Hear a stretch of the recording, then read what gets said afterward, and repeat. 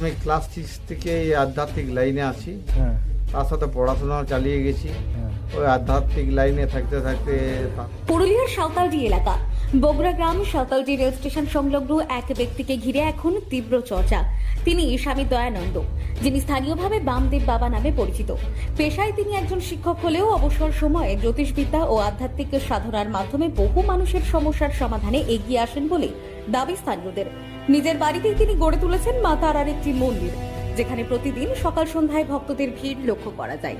স্ত্রীর অকাল প্রয়াণের পর ভেঙে পড়লেও পরে তিনি সমাজ সেবার কাজে নিজেকে যুক্ত করেন এবং তার স্মৃতিতে গড়ে তোলেন রীনা দেবী স্মৃতি শিশু উদ্যান।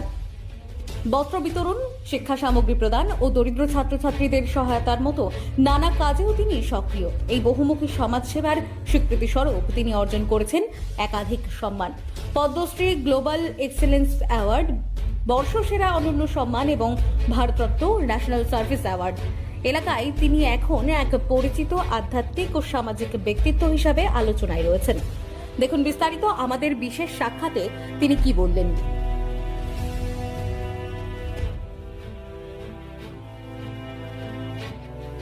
আপনারা দেখছেন এই বগুড়া গ্রামে আপনি মা তারার পূজা অর্চনা করছেন এবং একটা খুব সুন্দর একটা আশ্রম দেখছি, আপনার একটা প্রাকৃতিক পরিবেশে একটা আশ্রম গড়ে তুলেছেন। কি উদ্দেশ্যে এই আপনার ভাবনা? দেখুন, মানুষের মধ্যে সৎ চিন্তা, সৎ ভাবনা যাতে জাগরিত হয়, মানুষের মধ্যে যাতে আধ্যাত্মিক চেতনা বিকশিত হয়, সেই ভাবনার উদ্দেশ্যেই আমার এই মা তারার মন্দির গড়ে তোলা। মানুষ এখনকার বর্তমান যুগে মানুষ বিভিন্ন নেশাগ্রস্ত হচ্ছে, বিভিন্ন অসৎ লাইনে চলে যাচ্ছে। সেই সব মানুষদিককে সঠিক রাস্তায় ফেরানোর জন্যে আমার এই মন্দির গড়ে তোলা। আমি চাইব যে মানুষ অসৎ লাইন থেকে সৎ লাইনে আধ্যাত্মিক চিন্তার ভাবধারায় আসুক, অসৎ পথ ত্যাগ করে দরকার হলে আমার কাছে আসুক, আমি তার দিকে সাহায্য করব।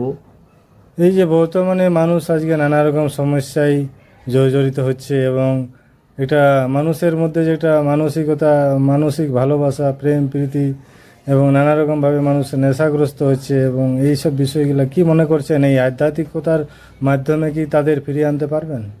নিশ্চয়ই ফিরিয়ে আনা যাবে, কারণ আধ্যাত্মিকতা যদি মানুষের মধ্যে জাগরিত হয় তাহলে মানুষের হৃদয় বিকশিত হবে, হৃদয়ের মধ্যে প্রেম ভালোবাসার উদ্ভব হবে। তখনই মানুষ এর মধ্যে আত্মীয়তা, বন্ধুত্ব, এইসব জিনিসগুলো আবার ফিরে আসবে।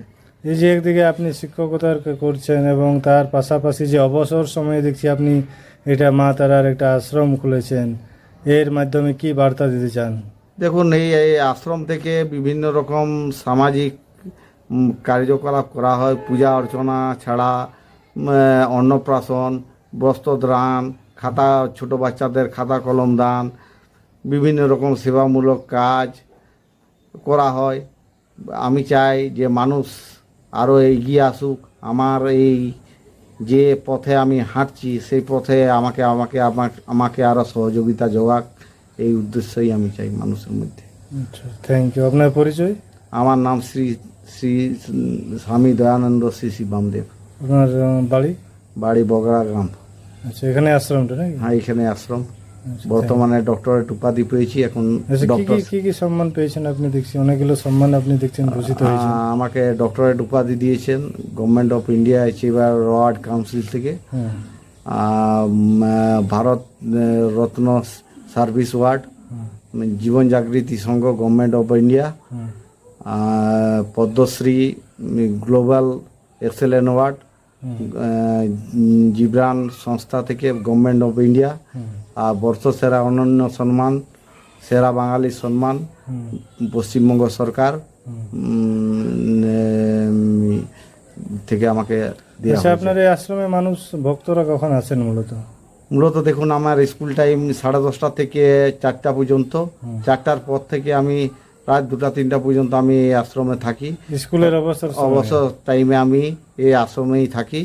মানুষ 2টো, 2:30, 3টা যখনই বিপদে পড়ে মানুষ আসে এবং আমার সেবা পায়। আচ্ছা, যে এই যে শিক্ষকতার পাশাপাশি আপনি এলাকার দুস্থ ছাত্রছাত্রীদের জন্য বিভিন্ন রকম দেখছি নানা রকমভাবে সাহায্য করছেন। কি বলবেন এই বিষয়ে, কি উদ্দেশ্যে? দেখুন, কোনো কিছু পাওয়ার উদ্দেশ্যে না, মানুষের মধ্যে সৎ চেতনা, সৎ ভাবনা যাতে জাগরিত হয়। আমি সে শিক্ষা যদি দেওয়া। নিজেকে সমাজকে দেখাতে না পারি যে আমি নিজেই কাজ করছি, তাহলে একটা মানুষকে আমি কিভাবে পরিবর্তন করতে পারবো? তা আমাকে আগে ওই কাজ আগে করে দেখাতে হবে, তবে অন্য মানুষ পরিবর্তিত হবে আমার কাজ দেখে। এই জন্যেই আমি সৎ ভাবনা, সৎ চিন্তা নিয়ে, কোনো উদ্দেশ্য না, কোনো টাকা পয়সার মোহ না, কোনো কিছু নিঃস্বার্থভাবে আমি এই কাজ করছি। Thank you.